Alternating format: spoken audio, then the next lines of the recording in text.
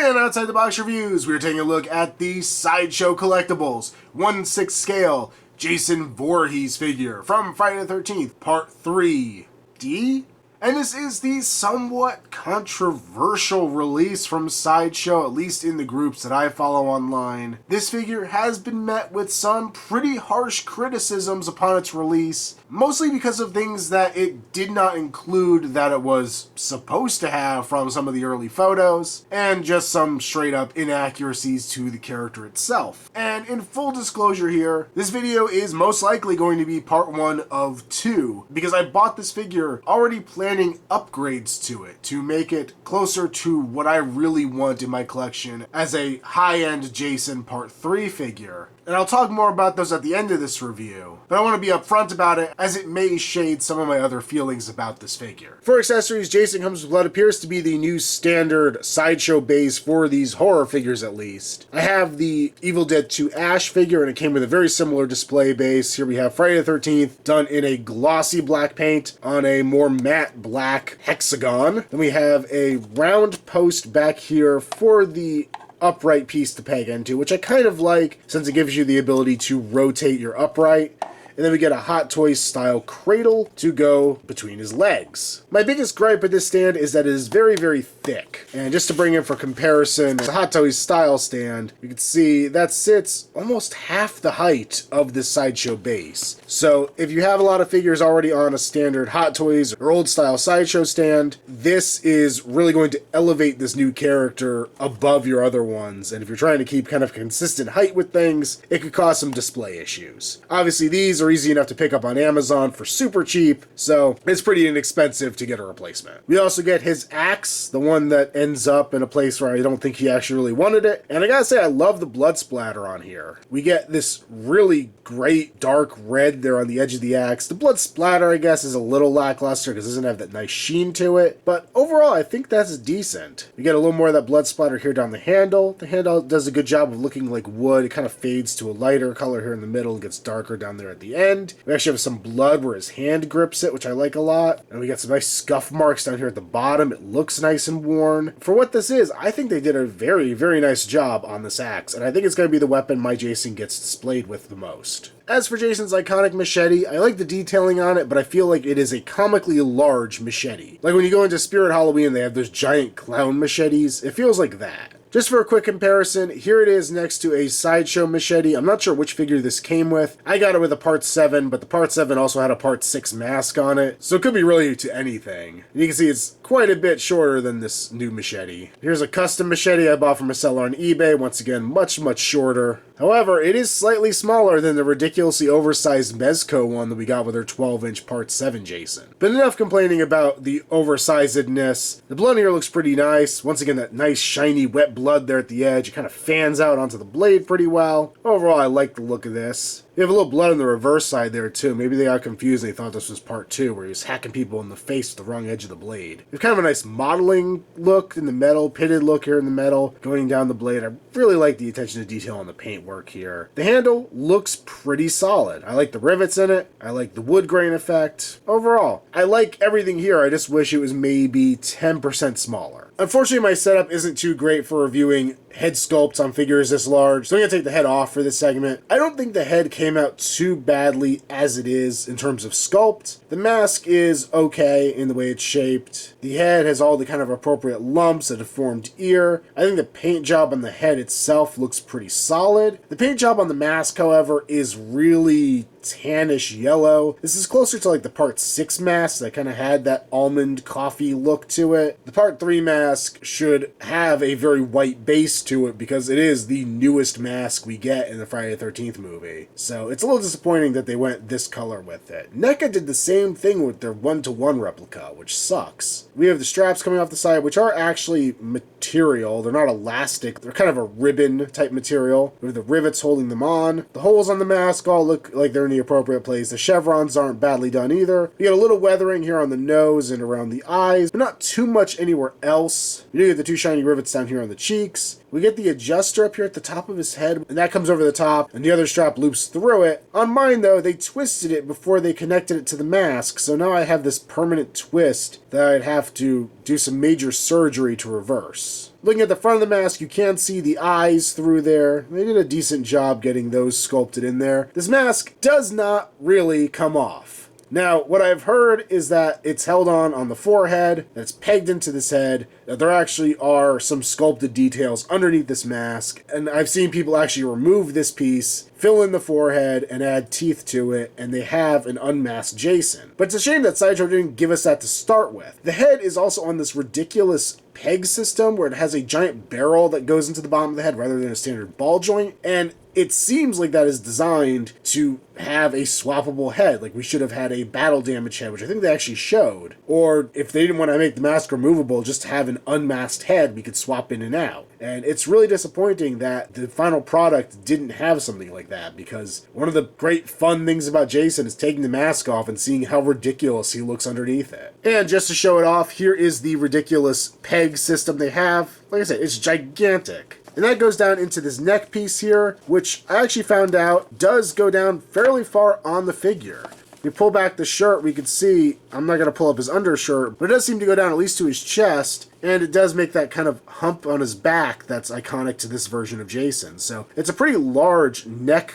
chest piece, I guess. However, once you put the head back on, there is a substantial gap between the head and the neck. And I'm guessing this was done to avoid paint rub, but it really hinders getting this figure to look just right, because in any real pose you put him in, there's always going to be a gap there at the base of his head, which is just distracting. Moving on to the body of this figure, another piece that people have complained about quite a bit is the collar. The collar sticks up a lot, especially when you look at it from the top or from the back. You can see it's really pulling away from the rest of the body. When I start modding this figure, I think one of the first things I'm going to do, I'll check the movie to make sure I'm being accurate, but basically get it to lie down in a more natural pose so that it looks better. It doesn't look like it's just randomly defying gravity, or that the couple at the beginning he steals it from used too much starch on it. The clothing itself, beyond that, is decent. Early photos and reviews of this guy, I saw a lot that was in a very yellowish light, and I was convinced that the shirt looked very khaki or very brown. It is definitely green. It's kind of a muted green, so I could see why that color came across like that. I think it should be a little more forest green, so maybe a little brighter, more intense than this. The buttons are silver on here. That also needs to be changed. Unfortunately, here at the top, it also kind of pulls apart and you can see the snap, but the rest of them are pretty well concealed underneath the shirt here. The detail on the stitching is pretty nice. We have the one flap on this pocket here on his left side, and the more simple pocket on the opposite side. Sleeves look good.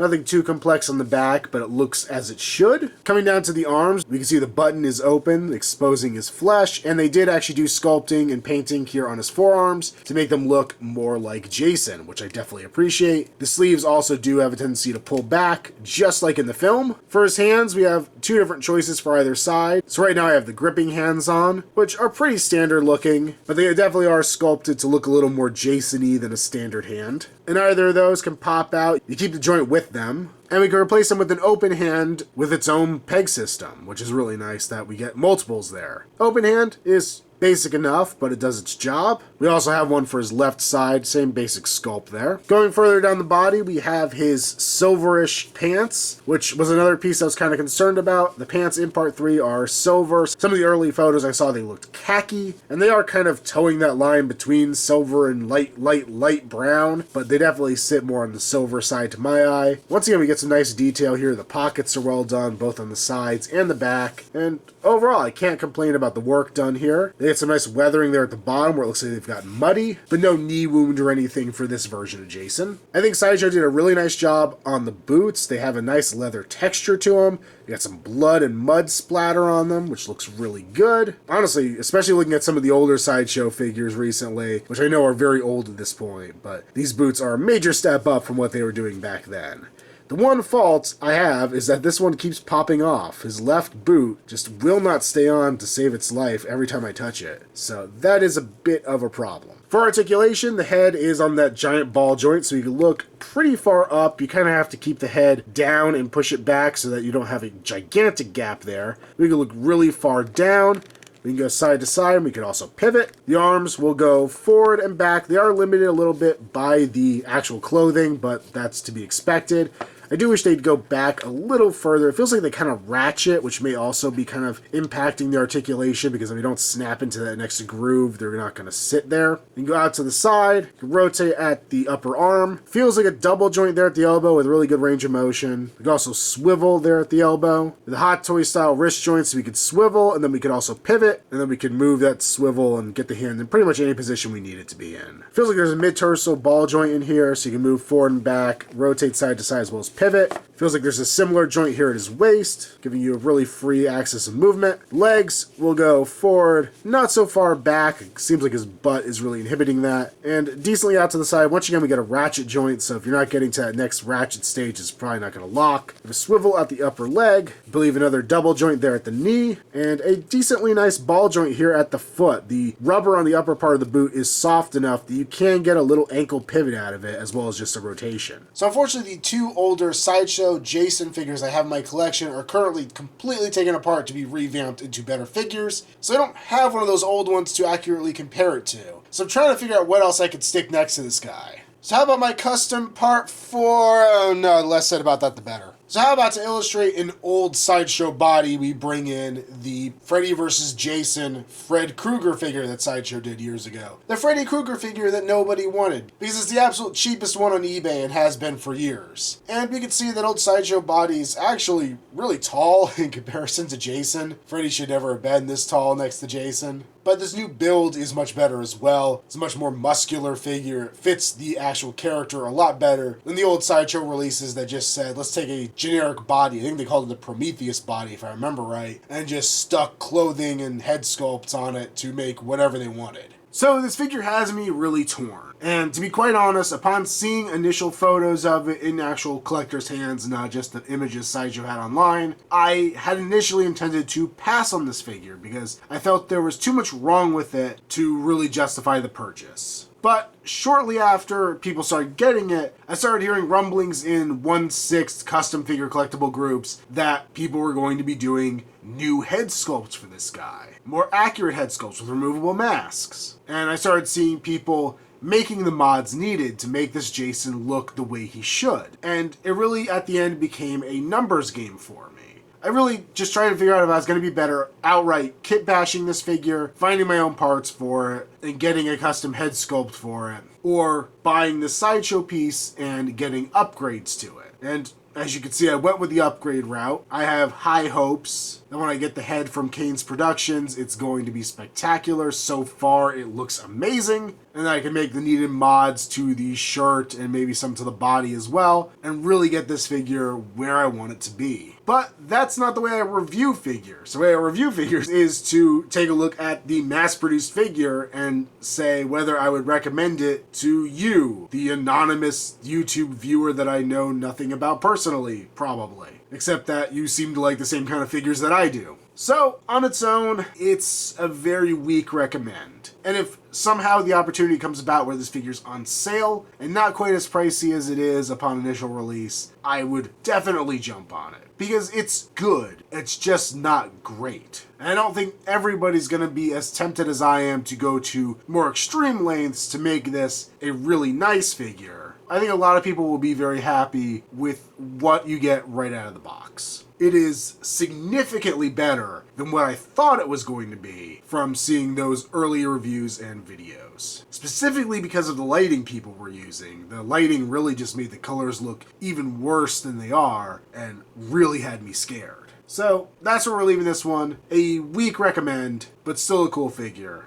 And I do hope to share with all of you guys, whether it be a full-on review or maybe a shorter video or something, what this figure looks like once I get the new upgraded head on there and I make all the tweaks that I'm wanting to make. And it may be a work in progress for quite a while. I honestly don't know when I'm going to get the head, but it is coming, and I am very excited. Make sure you follow me on Instagram, username Outside the Box Reviews. You'll probably see pictures of that upgraded head there before anywhere else I post it. Also follow me on Facebook, link below. Make sure to like this video, subscribe if you haven't already. And until next time, this has been our Outside the Box Reviews, coming to you in not quite 3D.